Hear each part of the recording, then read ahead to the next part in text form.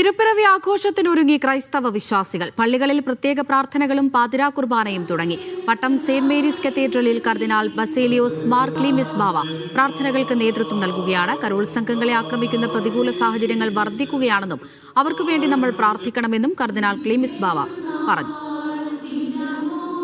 ക്രിസ്മസിന്റെ ദിനത്തിന്റെ പ്രാധാന്യം തകർത്തു കളയുവാൻ അനേകർ ശ്രമിക്കുമ്പോൾ അതിന് പകരം മറ്റ് ആഘോഷങ്ങൾ പരസ്യമായി പ്രഖ്യാപിക്കുമ്പോൾ അവരും നാമം തെറ്റിദ്ധരിക്കേണ്ട യേശുവിന്റെ രക്ഷിക്കുന്ന നാമം ഭൂമിയിൽ നിന്ന് എടുത്തു മാറ്റുവാൻ ദൈവത്തിനല്ലാതെ മറ്റാർക്കും സാധിക്കില്ല. തിരുവനന്തപുരത്തെ പട്ടം സെന്റ് മേരീസ് കത്തീഡ്രലിൽ നിന്ന് സനീസ ശോഭാചന്ദ്രൻ വിവരങ്ങൾ നൽകാനായി ചേരുന്നുണ്ട്. സനീസ, ലോകമെമ്പാടുമുള്ള ക്രൈസ്തവ വിശ്വാസികൾ ആഘോഷത്തിന്റെ നിമിഷങ്ങളിലൂടെ കടന്നുപോവുകയാണ്. തിരുവനന്തപുരത്ത് പ്രാർത്ഥനാ ചടങ്ങുകളൊക്കെ ആരംഭിച്ചോ? എന്തൊക്കെയാണ് അവിടെ നിന്നുള്ള വിവരങ്ങൾ? അമൃത, നിലവിൽ ഞാനുള്ളത് പാളയം സെന്റ് ജോസഫ് കത്തീഡ്രലിലാണ്. ഇവിടെ ഇപ്പോൾ 11:30 തന്നെ പാതിരാ കുർബാനയൊക്കെ ആരംഭിക്കും. തിരുവനന്തപുരത്തെ തന്നെ ഈ ക്രിസ്മസിനെ വരവേൽക്കുന്ന ഒരു സാഹചര്യത്തിൽ പാതിരാ കുർബാനയിൽ തന്നെ പള്ളികളിൽ ഏറ്റവും അറിയപ്പെടുന്ന പള്ളിയാണ് ഈ പാളയം പള്ളി. തിരുവനന്തപുരത്തിന്റെ ഹൃദയഭാഗത്തുള്ള പള്ളിയാണ്. ഇവിടുത്തെ ലത്തീൻ അതിരൂപത ആർച്ച് ബിഷപ്പ് തോമസ് ജെ നെറ്റോയുടെ നേതൃത്വത്തിലായിരിക്കും ഇവിടുത്തെ തിരുപ്പിറവിയുടെ ആഘോഷങ്ങളൊക്കെ നടക്കുക. ഇവിടെ ഇപ്പോൾ 47 നക്ഷത്രങ്ങൾ തൂക്കിയിട്ടതായിട്ട് കാണാം. ഇത് ലത്തീൻ അതിരൂപതയുടെ കീഴിലുള്ള 46 യൂണിറ്റുകളെ സൂചിപ്പിച്ചുകൊണ്ടാണ് ഇവിടെ ഇത്തരം നക്ഷത്രങ്ങളൊക്കെ തൂക്കിയിട്ടത്. കൂടാതെ തന്നെ പുൽക്കൂടുകളും അതുപോലെ തന്നെ ഉണ്ണിയേശുവിന്റെ പുൽക്കൂടും നക്ഷത്രങ്ങളും ഒക്കെ ഒരുക്കിയിട്ടുണ്ട്.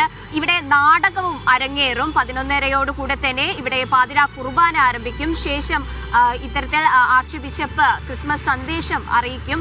അതിനുശേഷം ഇവിടെ ക്രിസ്തുമസുമായി ബന്ധപ്പെട്ട ചരിത്രപരമായിട്ടുള്ള നാടകങ്ങൾ അരങ്ങേറുന്നതായിരിക്കും. വളരെ വർണ്ണാഭമായിട്ടുള്ള ദീപാലങ്കാരങ്ങൾ കൂടിയിട്ടുള്ള ഒരു അന്തരീക്ഷമാണ് നിലവിൽ പാളയം പള്ളിയിലുള്ളത്. നേരത്തെ പട്ടം കത്തീഡ്രലിലായിരുന്നു പാതിരാ കുർബാനയും അതുപോലെ തന്നെ ക്രിസ്മസ് സന്ദേശവും ഒക്കെ ആഘോഷങ്ങളൊക്കെ ഉണ്ടായിരുന്നത്.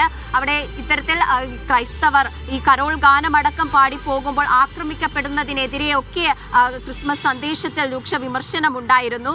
ഇത്തരത്തിൽ ലോക് ഭവൻ അടക്കമുള്ള സ്ഥലങ്ങളിൽ ഈ ക്രിസ്മസ് ദിനത്തിൽ അവധിയില്ലാത്തതടക്കമുള്ള പ്രശ്നങ്ങൾ ഈ ഒരു ക്രിസ്മസ് കാലത്തിലൂടെ പോകുന്നുണ്ട്. പക്ഷേ ഇപ്പോഴും പാളയം പള്ളിയിലടക്കം വർണ്ണാഭമായ ഒരു അന്തരീക്ഷമാണ്. എല്ലാ വിശ്വാസികളും ഇവിടത്തേക്ക് എത്തിച്ചേരുന്നുണ്ട്. 11:30 പാതിരാ കുർബാന തുടങ്ങുക. പാതിരാ കുർബാനയ്ക്ക് ശേഷമായിരിക്കും വിവിധ ആഘോഷങ്ങൾ, തിരുപ്പിറവിയുടെ വിവിധ ആഘോഷങ്ങൾക്ക് തുടക്കം കുറിക്കുക.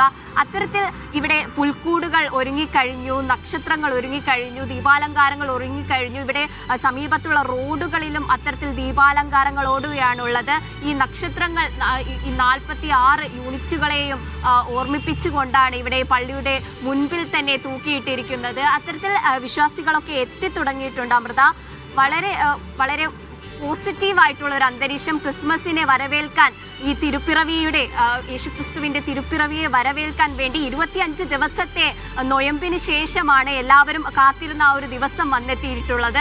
എല്ലാവരും ആകാംക്ഷയോടെ കാത്തിരിക്കുകയാണ്. ആ ഒരു സന്തോഷത്തിന്റെ ഒരു അന്തരീക്ഷത്തിലാണ് നമ്മളൊക്കെ ഉള്ളത്. ഇവിടെ നക്ഷത്രങ്ങളും പുൽക്കൂടുകളും അതുപോലെ തിരുപ്പിറവിയെ വരവേൽക്കാനുള്ള എല്ലാ സജ്ജീകരണങ്ങളും ഒരുങ്ങിക്കഴിഞ്ഞു. 11:30 തന്നെ പാതിരാ കുർബാന ആരംഭിക്കും. അതിനുശേഷമായിരിക്കും മറ്റ് ആഘോഷ പരിപാടികളൊക്കെ. തിരുപ്പിറവിയുടെ വരവേൽപ്പും അതിനുശേഷമായിരിക്കും. അമൃത.